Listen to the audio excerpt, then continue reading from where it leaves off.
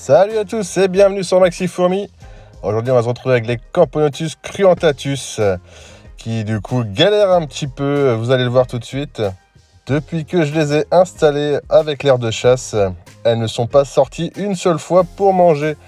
Alors du coup, au grand mot, les grands remèdes, on va prendre les choses à bras le corps et on va y aller fortement. Et on va leur donner la bouffe directement dans le tube. Alors c'est parti. On va commencer par faire la petite popote. Et non, je ne vais pas boire un petit shot. Je vais mettre un petit peu d'eau et on va assaisonner tout ça avec du miel. Alors, j'ai pris du miel du sud, là, quand j'étais parti en vacances. Du bon miel de lavande. Ça va leur rappeler leur pays d'où elles viennent. Le bon miel du sud qui sent la lavande. Donc, elles devraient aimer, j'espère bien. Parce que là, j'ai vraiment pas envie qu'elles me bouffent le couvain. Donc, on va essayer de leur mettre un petit peu de sucre là-dedans. Et puis je vais vous montrer comment je vais procéder. Maintenant que tu as fait ta petite popote, tu vas chez McDo et tu te prends à bouffer et puis tu récupères la paille et tu es content. Parce que pour rappel, c'est un tube compartimenté. Donc pour mettre la bouffe dans le tube, c'est un petit peu compliqué. Donc je prends la taille du tube, histoire de pas que ça dépasse de trop non plus, que ça fasse pas trop chier, mais que je puisse le récupérer si je l'enfonce de trop. Et puis on va commencer par couper à la bonne taille. Et pas les doigts, je préfère préciser, on va éviter de se tailler les doigts, ce serait quand même très con.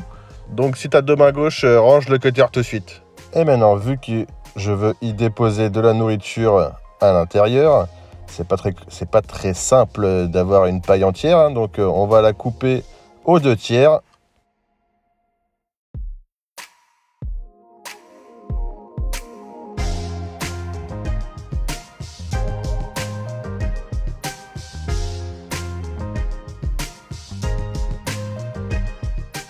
Et voilà, on a notre petit support pour déposer la bouffe. Nickel, en forme de U. Comme ça, au moins, ça se taillera pas sur les côtés.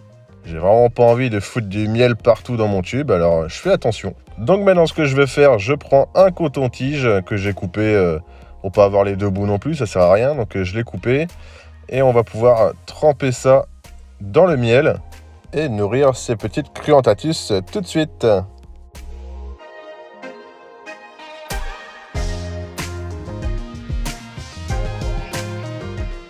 Donc vous pouvez voir que je les sors un tout petit peu, histoire que ça dégouline pas partout.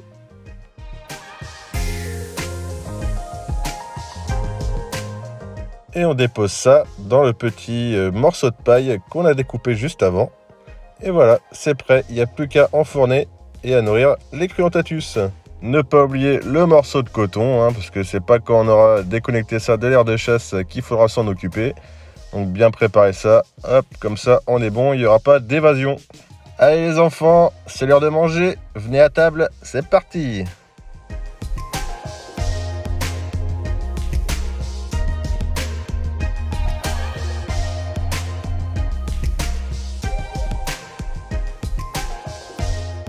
Bon, alors on va essayer de se grouiller un petit peu parce qu'elle risque d'être stressée de la manipulation. Mais bon, c'est pour leur bien en même temps. Hop, on va essayer de reboucher ça vite fait parce que là, elle commence à paniquer un petit peu.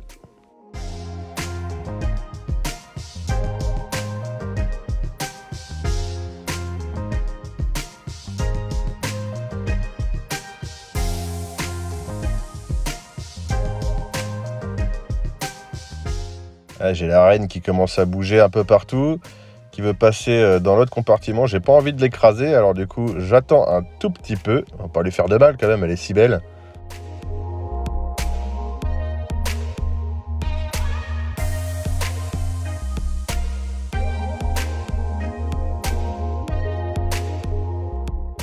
Tout va bien, ne t'inquiète pas, c'est l'heure du repas, tout va bien. On va voir maintenant, quand elle sera un petit peu calmée, si elle daigne bien manger un petit peu quand même, on est là pour ça.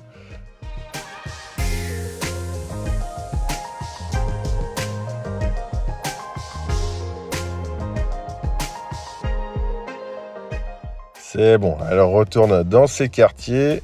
Je vais pouvoir vous montrer tout ça. Hop, voilà. Nickel, elle est rentrée. Ouais, c'est un petit peu l'affolement dans le tube, mais bon, c'est normal.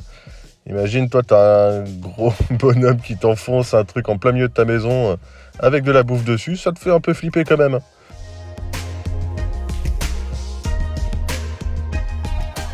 Et regardez les filles, je vous ai même préparé un petit matelas pour vous. Regarde, tout beau, tout moelleux. Oh, c'est beau. Comme ça, zéro stress, zéro vibration, on est bon. Ah bah là, elle a pas mis longtemps à capter qu'il y avait de la bouffe. On va regarder tout ça. En équilibre total.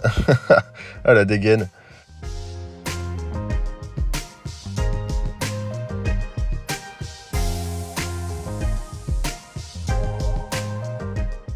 Ah, on peut voir la petite ouvrière avec le couvain dans la bouche. Si j'ai bien compté, il y en a 5, des œufs ou des larves, je sais pas trop. Soit des gros œufs ou soit des petites larves, mais c'est bien un des deux. Donc elles avaient bien la dalle quand même. La reine, elle s'est vraiment jetée dessus, donc je pense que ça va leur faire un peu de bien quand même. Ah, la gloutonne, elle s'est pas arrêtée pendant au moins une demi-heure sur le coton. Elle va la sécher totalement.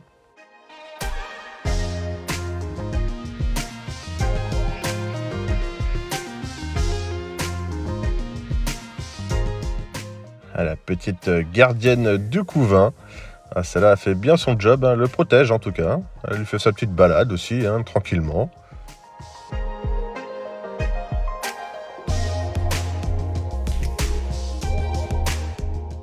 Quelques petites trophalaxies aussi, c'est super. Ça faisait longtemps que j'en avais pas vu. On peut voir aussi, tiens, que ça commence à être quelque peu dilaté, certains gasses là. C'est qu'on a bien mangé, c'est bon ça. Prochaine étape du coup, ce sera un petit peu de protéines, histoire qu'elles aient tous les nutriments nécessaires. Et voilà, ça va être la fin de cette vidéo sur les Camponotus cruentatus. J'espère qu'elle vous aura plu. Si c'est le cas, mettez un petit pouce bleu et n'oubliez pas de vous abonner si ce n'est pas déjà fait. Moi, je vous dis à la prochaine. Kenavo!